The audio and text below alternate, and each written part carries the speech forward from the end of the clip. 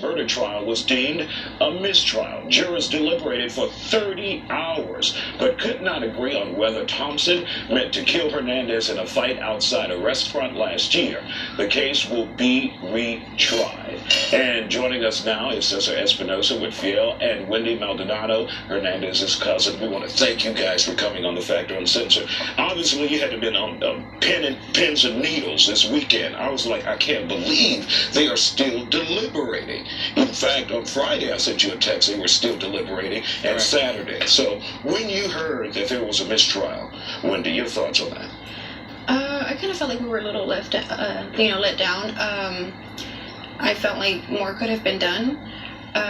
We were heartbroken, but I have hope and faith that, the second trial will be a success because John does deserve justice.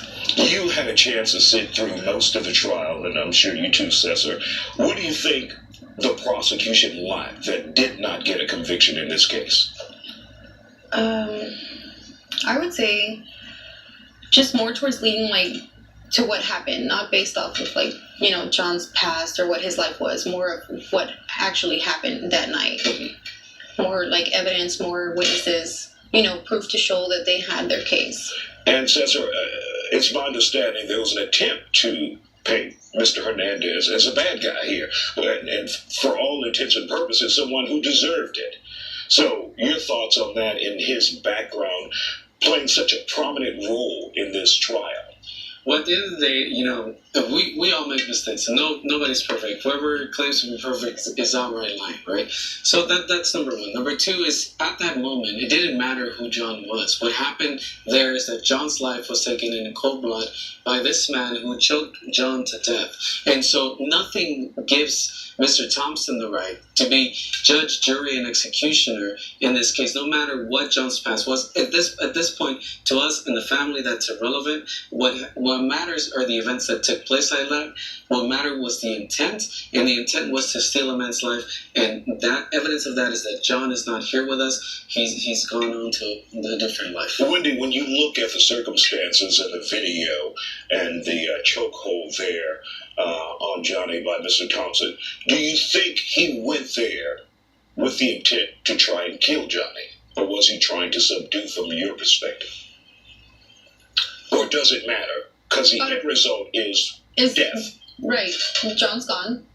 Terry's free. I mean, there's no way of bringing John back, Mm-hmm. There's what's done is done.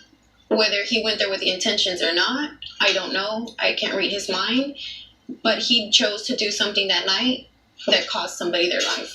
Now, Mrs. Thompson, the former Harris County deputy, her trial is scheduled next in a few months. Do you think they will move forward with that now that we will have a retrial on this particular case? And do you think they should move forward or not?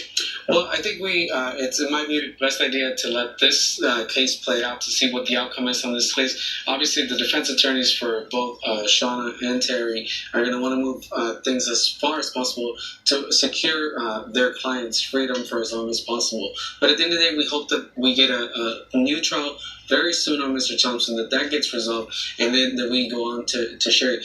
One of the things one of the things that is really important to point out is that, you don't use, Mr. Thompson was saying, use the word chokehold during the trial. He kept referring to it as a chokehold. So there was really no need for that. There was other methods to subdue Johnny. There was people around offering to help Mr. Thompson to hold John, even trying to take Mr. Thompson off of John, but he refused. And he kept saying, referring to his eye, because he was really upset that supposedly he had been punched in the eye. And, this shows to us, that the family shows clear intent that Mr. Thompson went too far, that he took the law into his own hands because of his own rage.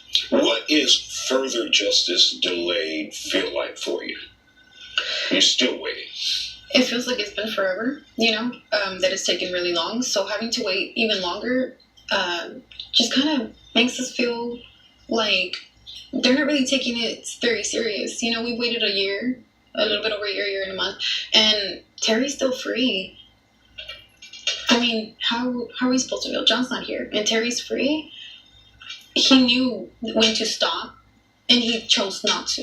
You know, there's certain ways of restraining people, and he chose to do it his own way and take matters into his own hands. So there's been a lot of outpouring of support from the community. How has a family embraced that, and do they still need that ongoing support out there? Well, number one, we